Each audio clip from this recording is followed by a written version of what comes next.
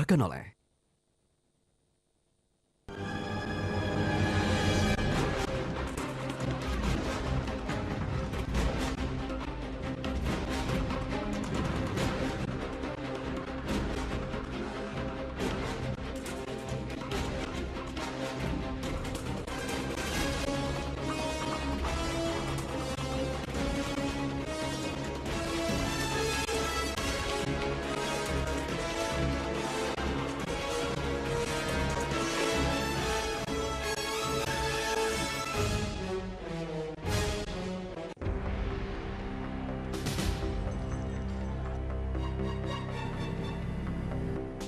Cengkraman asing terhadap kedaulatan negara semakin mengkhawatirkan. Perlahan, secara pasti, kekuatan asing telah merasuki ke segala lini kehidupan negeri, mulai dari politik, ekonomi, hingga ideologi. Entah karena ketidaktahuan atau memang sebuah kesengajaan, meski pemerintahan silih berganti, namun produk-produk hukum demi menghadirkan cengkraman asing terus pula bermunculan. Celakanya, banyak kalangan menuding berbagai aturan dan kebijakan itu menabrak aturan tertinggi negeri, yaitu konstitusi. Salah satunya terkait berbagai ketentuan yang mengatur tentang minyak dan gas yang terkandung di dalam perut Ibu Pertiwi.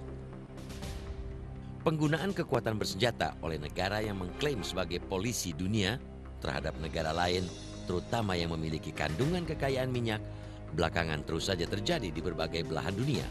Meski dalih hak asasi manusia serta demokratisasi sebagai alasan kehadiran negara adik kuasa ke negara lain, namun motif penguasaan sumber-sumber energi utamanya minyak bumi tak dapat dihindari.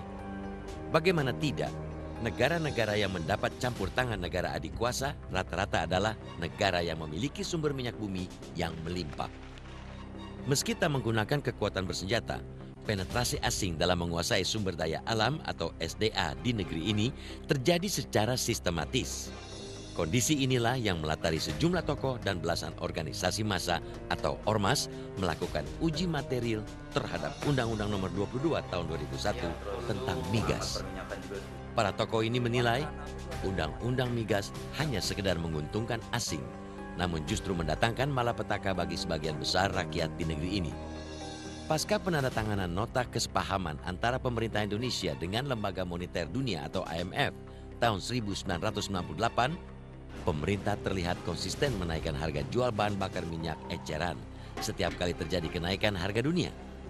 Dalam kesepakatan dengan IMF itu disebutkan diantaranya jika pemerintah Indonesia berkomitmen mengganti undang-undang yang ada serta menjamin adanya kebijakan fiskal dan berbagai regulasi agar eksplorasi dan produksi tetap kompetitif secara internasional serta menjadikan harga dalam negeri mengikuti harga pasar dunia. Kesepakatan tahun 1998 dilanjutkan pada tahun 1999 dengan menyiapkan draft rancangan undang-undang migas. Setahun kemudian, tepatnya tahun 2000, pemerintah Indonesia menerima utang dari Amerika Serikat melalui USAID bekerja sama dengan Islamic Development Bank serta World Bank. Kucuran utang itu diperuntukkan bagi penyiapan agenda liberalisasi sektor energi migas secara menyeluruh melalui pembuatan perundang-undangan. Tak heran, meski ini sebuah rancangan undang-undang sangat krusial, pembahasannya pun relatif lancar. Tahun 2001, pemerintah dan DPR berhasil mengesahkan Undang-Undang Migas. Dengan aturan inilah, pemerintah leluasa menaikkan harga BBM mengikuti pergerakan pasar dunia. Pencabutan subsidi ini sebagaimana tercantum dalam dokumen Indonesia Country Assistance Strategy yang dikeluarkan oleh Bank Dunia menjadi salah satu syarat kucuran utang kepada Indonesia saat negara ini dihantam badai krisis keuangan. Akibatnya, penolakan demi penolakan bahkan dalam eskalasi keras selalu terjadi ketika pemerintah bersiap mengumumkan harga baru BBM.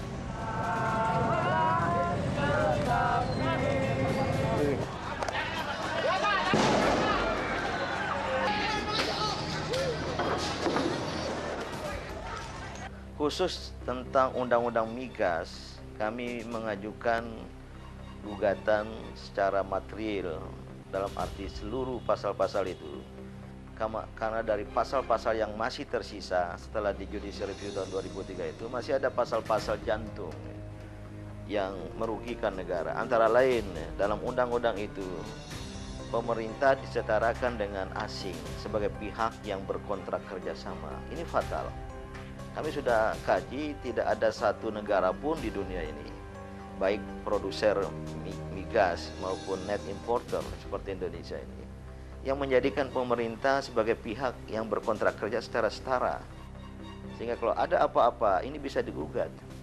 Dan pemerintah tidak bisa melakukan intervensi kebijakan. Semisal umpamanya yang terjadi di Venezuela, di tempat-tempat lain untuk melakukan nasionalisasi, karena dia adalah pihak yang berkontrak kerjasama. Jadi semacam sudah diikat kakinya lah. Ini sebuah kebodohan.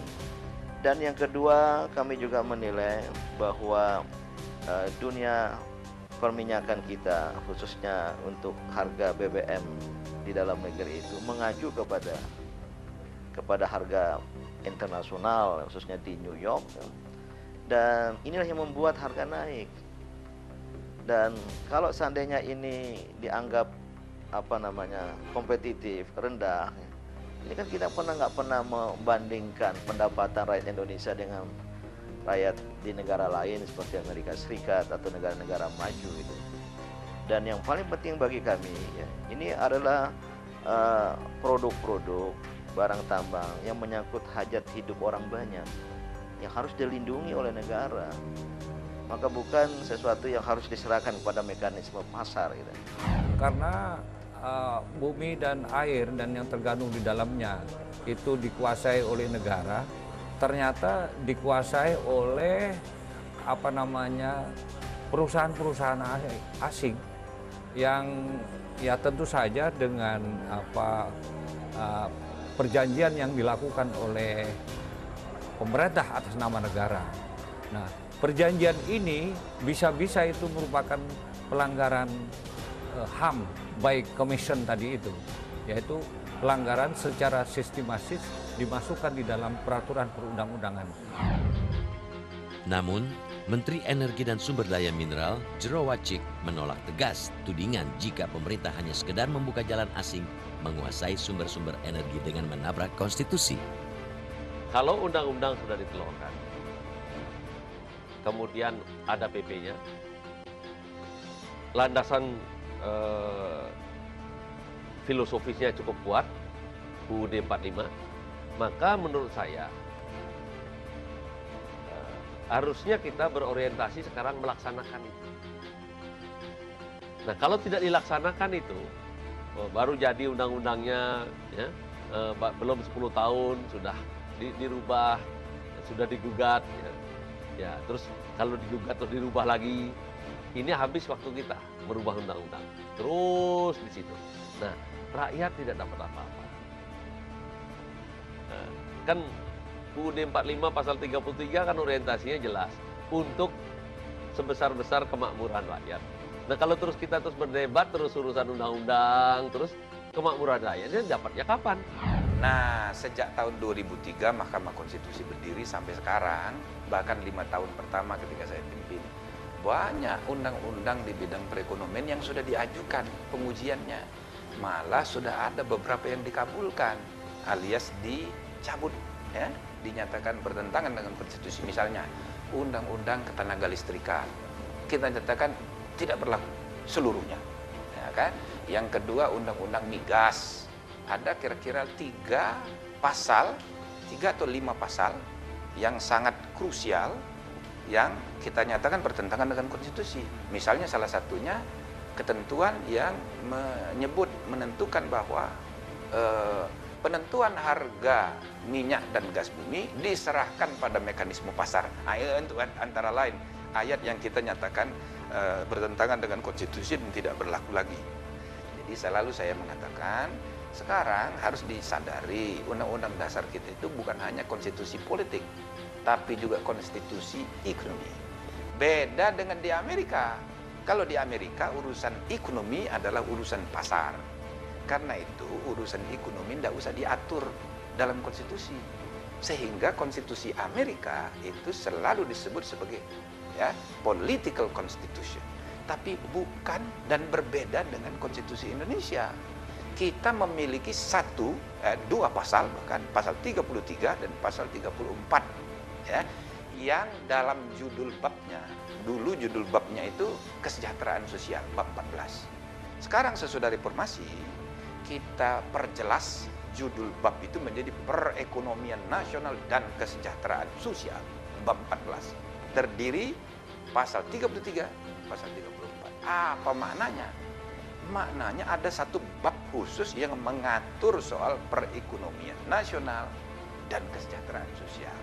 Dan itu isinya pasal 33. Maka tidak bisa tidak semua kebijakan ekonomi negara kita, ya, mulai sejak reformasi ke depan, ya, tidak boleh tidak menjadikan undang-undang dasar sebagai konstitusi ekonomi sebagai referensi utama.